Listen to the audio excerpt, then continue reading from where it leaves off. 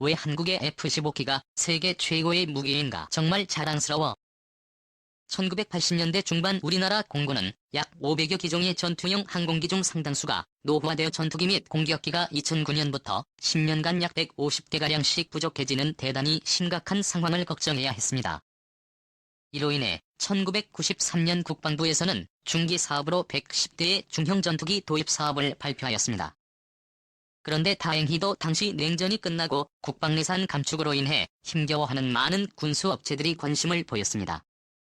미국의 맥도널드 더글라스는 F-15 러시아의 수호이는 수-30과 개발 중인 13-15 유럽의 이지는 당시 개발 중인 유로파이터 타입은 프랑스의 다소 역시 개발 중인 라파를 재현하려고 준비하였습니다. 그래서 우리나라가 최초로 개최한 1996년 국제 서울 에어쇼의 개발이 늦어진 유로파이터를 제외하고 위에 소개한 전투기들이 적극적으로 참가하였습니다. 그렇게 우리나라는 1998년부터 본격적으로 전투기 도입 사업을 진행하여 2001년 도입을 시작으로 2010년까지 120대 도입을 마칠 것이라는 계획까지 세워두었습니다. 그런데 1997년 IMF 외환 위기가 터지면서 우리나라 공군은 도입 수량을 40대로 줄이게 되었습니다. 그리고 1999년 공식적으로 전투기 도입 사업을 공표하였습니다. 당시 참여 의사를 밝힌 기업은 보잉사의 F-15K 그리고 다소 사이라팔 LK2P즈사의 유로파이터 타입은 수호의 수-35 슈퍼플랭크였습니다. 당시 로키드 마틴의 F-22 랩터는 예비 제안서를 제출한 지 얼마 안 가서 스스로 포기해버렸습니다. 당시 F-22는 개발 중이었던 데다 미국 정부가 수출 허가를 내지 않았으며 기체 가격이 너무 비싸다는 점이 매우 크게 작용했습니다. 그래서 정식 후보로 F-15K 라파엘 유로파이터 수-35로 결정되었습니다. 당시 정식 후보로 정해진 전투기의 장단점을 살펴보면 수-35UB는 후보 전투기 중 가장 큰 기체 크기 덕분에 넓은 작전 반경과 뛰어난 기동성 강력한 복장 능력이 장점이었습니다. 우리나라 공군은 미국의 무기 체계를 사용했기에 부대 시설비가 많이 들어가는 점이 문제였습니다. 유로파이터는 뛰어난 폭정량과 강력한 공대공 능력을 자랑했습니다. 그러나 후보 전투기 중 가장 비싸고 2008년에야 도입될 수 있다는 치명적인 단점이 있었습니다. F-15K는 가장 많은 폭장량과 가장 빠른 속력과 가속력 그리고 무엇보다 1980년대 중반부터 실전 배치되었고 전쟁에도 수없이 참여 뛰어난 성능을 입증하였기 때문에 신뢰성이 높았습니다. 하지만 너무 오래된 전투기라는 선입견이 있었습니다. 라팔은 최신 전자 장비를 이용하여 뛰어난 공대공 능력을 선보였습니다. 또한 스텔스기까진 아니지만 낮은 RCS 값도 나름대로의 장점 중 하나였습니다.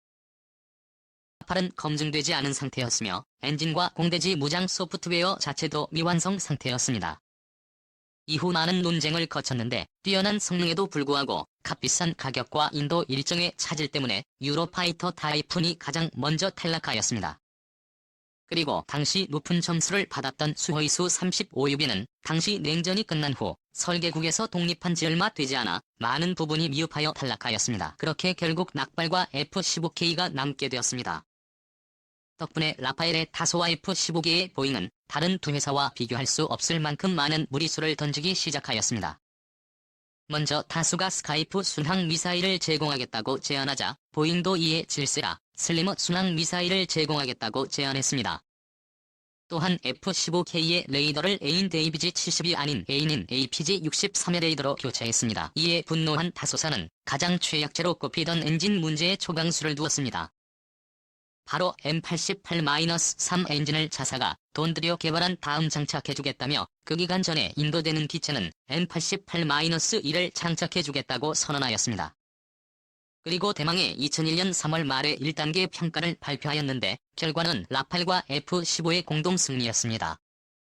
라팔과 F-15K의 평가 점수가 오차범위인 3% 이내였기 때문에 1단계 평가 사업으로 진행하게 된 것이었습니다. 두 기종의 장단점이 극명하게 갈리면서 공군 내에서도 많은 찬반 논쟁이 있었습니다.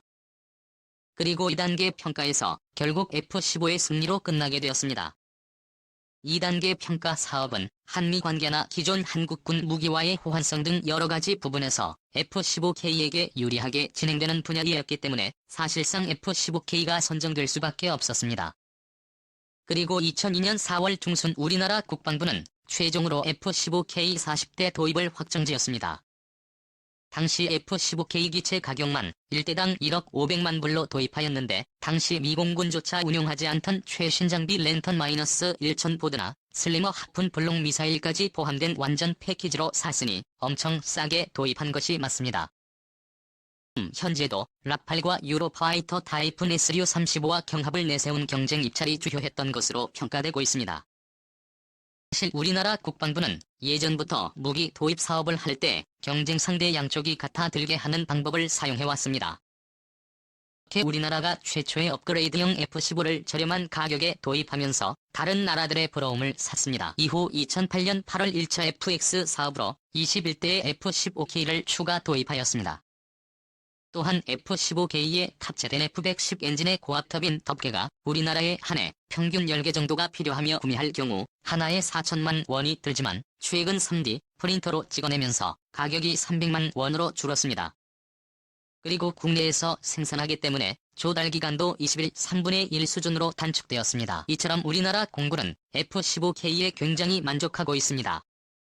F-35가 도입된다고 하더라도 공군에 15개의 만한 체급의 전폭기가 없으며 미공군 역시 15위를 계속해서 개량해 나갈 것이기 때문에 15K는 앞으로도 오랫동안 유용하게 사용될 것입니다. 2. 반도체 소재 등 3개 품목에 대한 수출 규제 발표.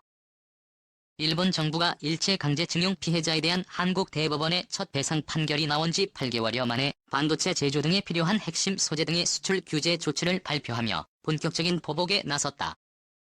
그러나 외교 문제를 경제 문제로 엮으니 같은 대응은 일본 정부가 지난달 2829일 오사카에서 주요 20개국 정상회의를 개최하면서 주창했던 자유롭고 공정하며 무차별적인 무역 원칙에 배치되는 것이어서 국제사회의 비판을 받을 것으로 보인다.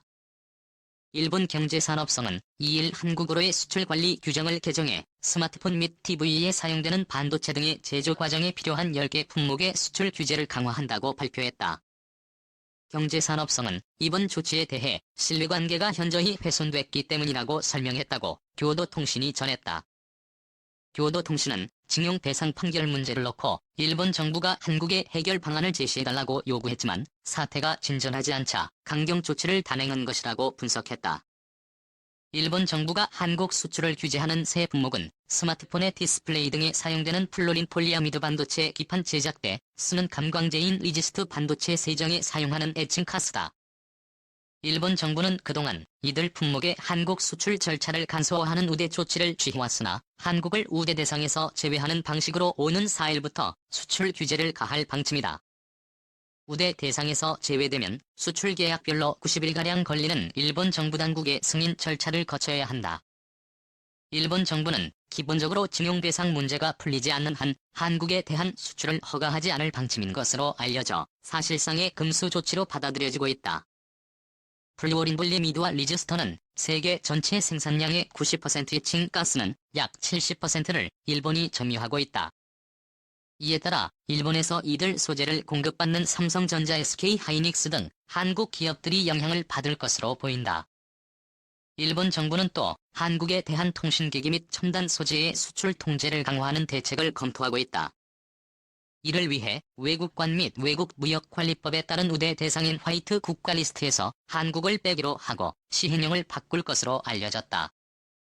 이 대상에서 제외되면 직접 회로 등 일본의 국가안보에 관계된 제품을 한국에 수출할 때마다 건별로 일본 정부 승인을 받아야 한다.